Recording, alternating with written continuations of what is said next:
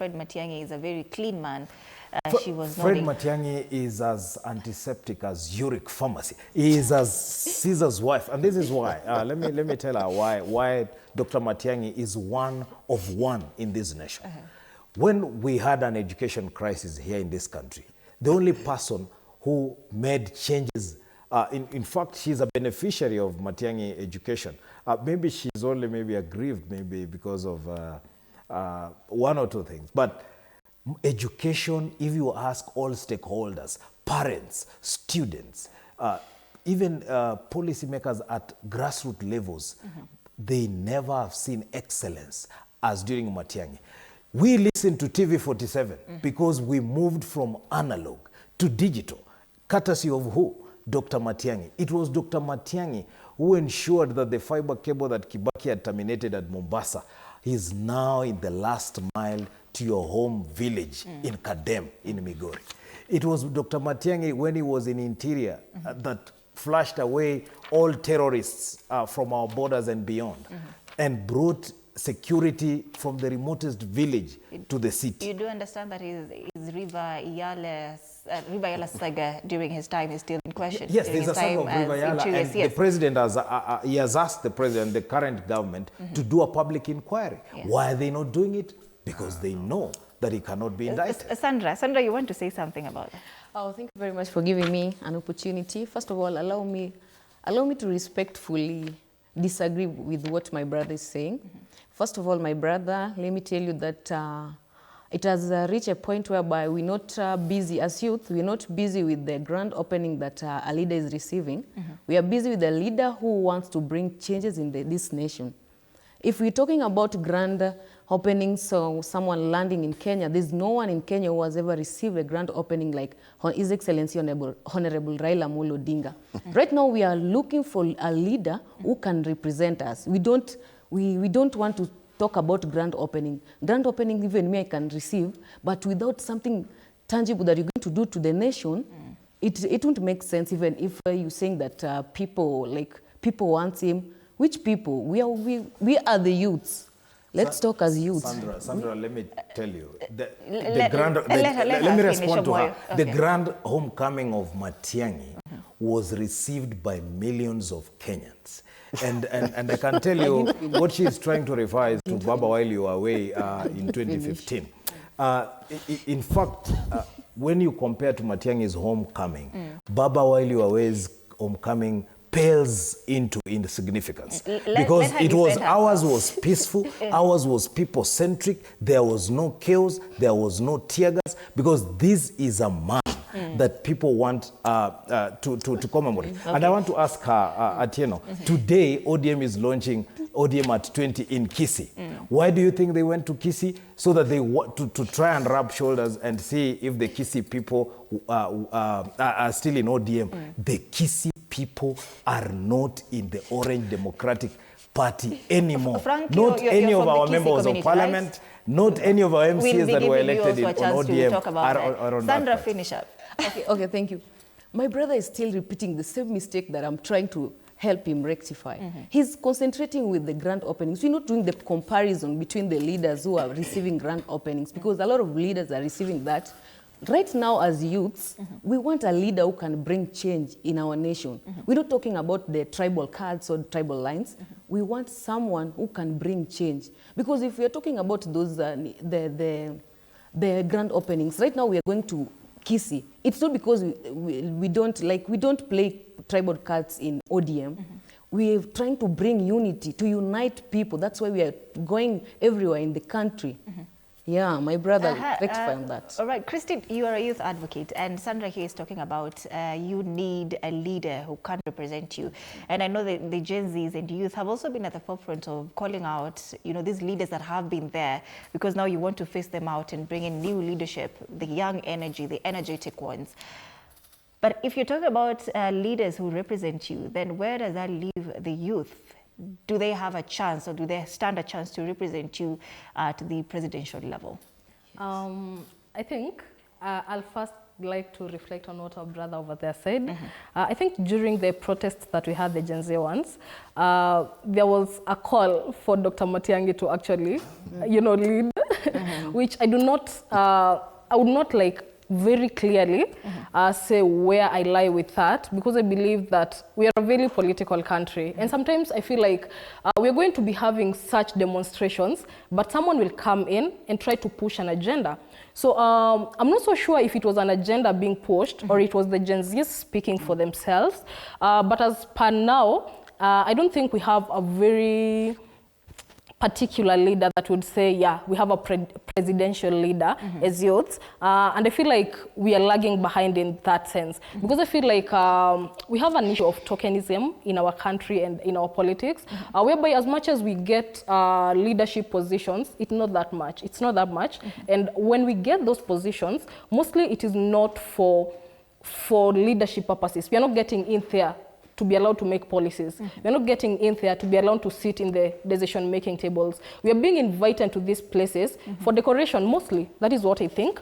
Because you find that they're going to pick 1, 2 leaders, you know, just to show us that we are having youths being initiated into leadership positions. But when it comes to making decisions, when it comes to really giving them the voice that matters, you find that that is where they draw the line.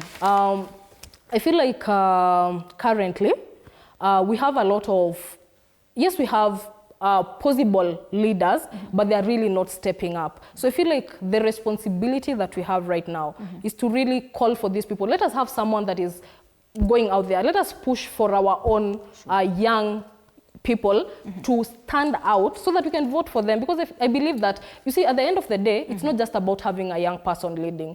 It is important that we have someone that is young and that knows what they are doing, that is going to bring real change. Because even if we have a young, because I think the reason we sometimes end up not having very well supported youth leaders is because they are not well groomed at the same time. Because even if we have youth leaders standing out and they're not groomed to lead accordingly and effectively, then we're not going to be doing any good for the country. So I believe that we need to have leaders that are well groomed, youths that know what they are doing, and youths that are not willing to be bought out. Because again, I feel like every time we have one that is well groomed, we have one that is upcoming, you know, they are going out there, we are supporting them, they are bought out.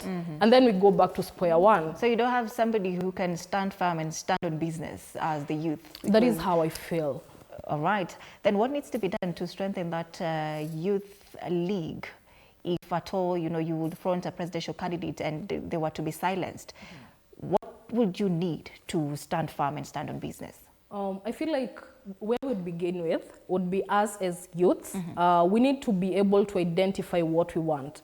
We need to be able to willingly and genuinely fight for what we want, because I feel like that is a place where it might seem a little bit faint, but it's a place where we mostly get lost, because we really come up with this is what I want to do for my nation, this is what we want to do as youths, but then again we get at the forefront. The war seems like it's getting a little bit thicker. We get scared, we draw away, and then, or maybe we just join whoever we are trying to fight against. So I feel like as youths, what we need to do is come up with ways and means, especially if you are able to come up with, what do we call them? If you're able to come up with not strategies, but some sort of programs that are able to groom our youth to leadership. Because I feel like when someone comes up to be a leader, mostly they're coming up from a place of just figuring things out. They've no idea what they're getting into. They've no idea what politics is all about. Mostly it's just drive and motivation.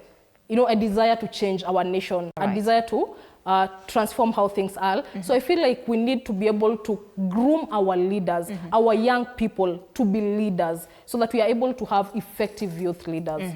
All right, let's do a final round on this Matiang'i issue. And I was listening to Ndegwa Njiru, Nancy, sometime yesterday or the day before yesterday, and was saying that Matiang'i is a state project and opposition does not consider him an honest partner in the united opposition. Do you hold the same sentiments? And if you're talking about there was a time, as Christine says it, that the youth were really behind Matiang'i, and we were wondering if at all that was, did you say sponsored? Or it was a move that was being pushed? Yeah. Where do you stand with the same sentiments that he could be a state project? I feel like he is, yes, but all the same, we will still stand out. If he agrees to join Jubilee, I feel like DCP will still stand out, and we'll still have a coalition of, we have other leaders in DCP. And all in all, we will have to select one leader among them who will stand out and strategize into our plans and leading the country. Yes. All right. Frank, tukimalizia this particular segment, do you feel like the united opposition underestimate the intricacies of settling on one candidate for the 2027 presidential seat? And do you see the possibility really of them settling on that particular one candidate? Because everybody wants to stand out. DCP wants to stand out. Maraga wants to stand out. Matiang'i wants to stand out. Do you see the possibility of that really happening? You know, we are having the weakest opposition ever in our country. We are having people who are confused with no agenda. True. The only agenda is only one term. So one term, so what? You know, we are having people who, all of them, want to be leaders. In fact, I can say they're just sycophants. Because in the first state, you look at, they're always just stamping. And you not find an individual person going in a certain area, selling their name. They will always wait for each other. For a good example is when they impeached and to go on deputy president, Rigathi Gachagua was in the US. They were not rallies. They waited for him. That tells you that in that opposition, only Gachagua has a say in terms of the capital and everything. But one thing I can advise the united opposition, let them borrow a leaf from what we had the other time, One Kenya Alliance. Remember the likes of Gideon Moi, the likes of Mudavadi, the likes of Wetangula, the likes of all that. The only strong candidate in opposition at the moment, and the hottest, hot cake, is Kalonzo Musyoka. Even the government knows that. Yeah, even the government knows that. So everybody is trying you cannot to tell me, take you up cannot space, tell me that you are going to. In fact, you on the ballot paper, Matiang'i and Ruto will win in the early in the morning. Omoyo, are you coming together as you know, the people of the united opposition to unseat President William Ruto, to send him home, or to seek an alternative government? What is the goal exactly? First, Mr. Okanga, I want to correct you that this is the most efficient and united opposition ever in the Republic of Kenya. This is the most vibrant, the only opposition that has many brains. Not that one single individual has the brain of all the people. This is the most decorated opposition ever. And he is asking us, why are we saying one term? We don't have an agenda. We are only saying one term. We are saying one term because of the increased unemployment in this country. We are saying one term because of the high tax pressure on our people. We are saying one term because of the slow infrastructure development that has left our rural areas with limited access to market. We are saying one term because of the shenanigans. We are saying one term because of the lack of the desire to fight corruption in this country. And I want to talk to Sandra here, the captain for ODM.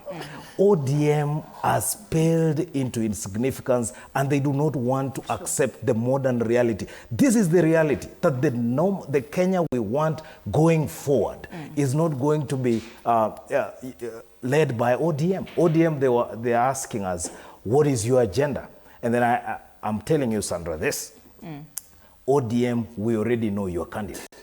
We know your candidate is the one that is not dealing with the SHA inefficiency. How do you we know that they your have not ODM, you are the candidate that is Omoyo. abetting corruption. We know ODM's candidate.